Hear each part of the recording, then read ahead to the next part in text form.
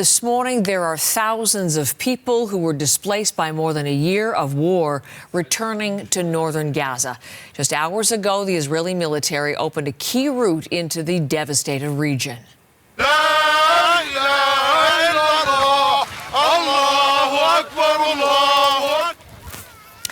This is video into us this morning from the freelance videographer with whom CBC News works in Gaza. A massive column of men, women, children returning to what is left of their homes, most carrying their belongings with them.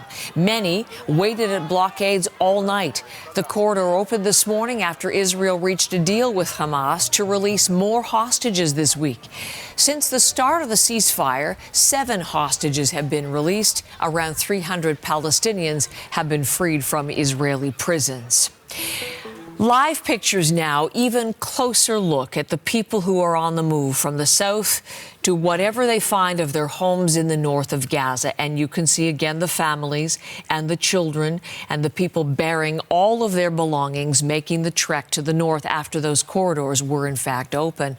Chris Brown has been watching these scenes. He's part of our CBC News team in Israel, and he is live in Jerusalem this hour to tell us the very latest on these really extraordinary scenes of people trying to go home. Chris.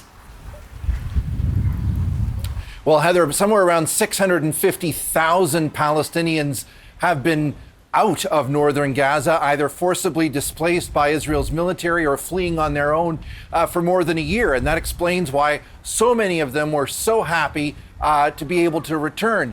As you say, they're actually in many cases not returning to very much. This is one of the most heavily damaged parts of the Gaza Strip. Some of the communities we've been hearing of over the months, Jabalia, Beit Hanoun, and also Gaza City. These were some of the sites of the most intense Israeli airstrikes and where Hamas was the most significantly dug in. And just a few days ago, before the ceasefire was signed, it would seem incredible that people could actually be returning. Now, a lot of them are not returning to homes, they're just returning to debris. And so we understand that Gaza health authorities have said there's going to be over 130,000 tents required for people to stay in. So you can imagine people moving from a tent in the south to another tent in the north.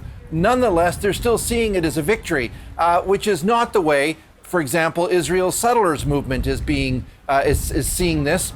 Israel had basically cut the Gaza Strip in two, and there was a plan that became very well known here as a general's plan that this was going to lead to the depopulation of northern Gaza, and many settlers hoped that they'd be moving in. Some of them were even taking the binoculars, standing at the side and buying and selling lots to each other in anticipation. So Itamar Ben-Gvir, one of the former members of Israel's cabinet, posted today on social media that this was an absolutely complete surrender. It's also significant what we're seeing today, Heather, because of what Donald Trump just said over the weekend. He was talking to reporters in Air Force One, musing, or is it a policy change? We really don't know. But he said that Jordan and Egypt should take in people from Gaza. We should build homes in those countries, and people from Gaza should go there. A really radioactive idea for across the Middle East, across the Arab world, because, of course, hundreds of thousands of Palestinians moved or were uprooted or were displaced in 1948 and subsequent wars with the creation of the State of Israel. And that is why all across Palestinian areas today, this is seen as a celebration and really an indication of resilience. So as we keep our eye on these live pictures, Chris, and see the people returning north, this is a moment that almost didn't happen, as you were telling us, because of a dispute between Israel and Hamas over hostages. There is some breaking news on the hostages, and I know you have some of those details, and also the details of how this whole conflict was resolved. So let's speak to that next. Well, first to the issue of the breaking news, and that is that various Palestinian groups, Hamas, I believe, are reporting that of the 33 hostages to be returned to Israel in the first phase, and we've already had 7, as you say, with 6 more to come this week, 8 of those 33 are no longer alive. Now, the IDF has said that they were expecting that there would be some fatalities, some casualties among this group, but those numbers, they're saying, are not entirely surprising to them. Sad and tragic, but not a surprise. The issue that really gummed all of this up was the status of one particular hostage, Arbel Yahoud. She was kidnapped in Nir Oz. She's a civilian, and Israel had wanted her returned in the first two groups because that's where the civilians were supposed to be, civilian women, and that didn't happen. That's why they put this block for Palestinians going to the north.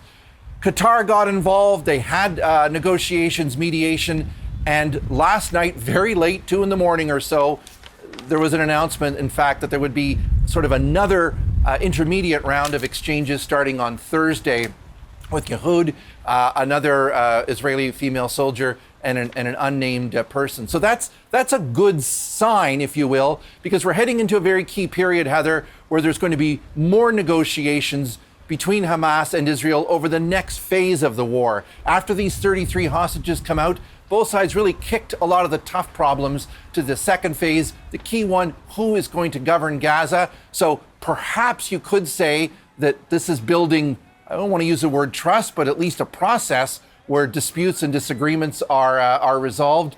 And we're also going to look for Donald Trump's envoy, Steve Witkoff, who's supposed to be in Israel, might even visit Gaza on Wednesday. Heather. Chris, thank you. Key week, and good to have your reporting there. Chris Brown is live in Jerusalem, and again, coming back to these scenes of tens of thousands of people on the move in Gaza, traveling from the north to where they lived, to the north from the south, and watching those images. And again, the breaking news, as Chris had it, that Hamas has handed over to mediators, this is according to Reuters reporting, a list that 25 of the 33 hostages set for the release in this initial phase, 25 are still alive, 8 are not.